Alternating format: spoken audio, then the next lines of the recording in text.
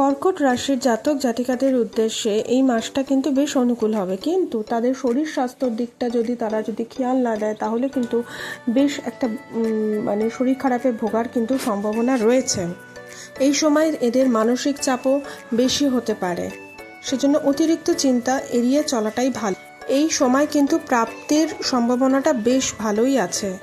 আপনার পদোন্নতি বলতে গেলে আপনি একটু উঁচু পোস্টে যাওয়ারও এই সময় কিন্তু সম্ভাবনা রয়েছে। যারা ব্যবসা করেন তাদের কিন্তু পুঁজি বিনিময়ের প্রয়োজন হবে।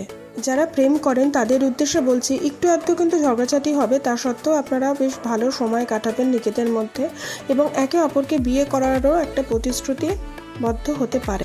আর পারিবারিক জীবনে একটুখানি সুখ শান্তিও বেশ থাকবে। আর আর্থিক দিক থেকে দেখতে গেলে দেখা যায় যে এই মাসের শুরুটা বেশ আর্থিক অবস্থার অনুকূলই থাকবে। হ্যাঁ,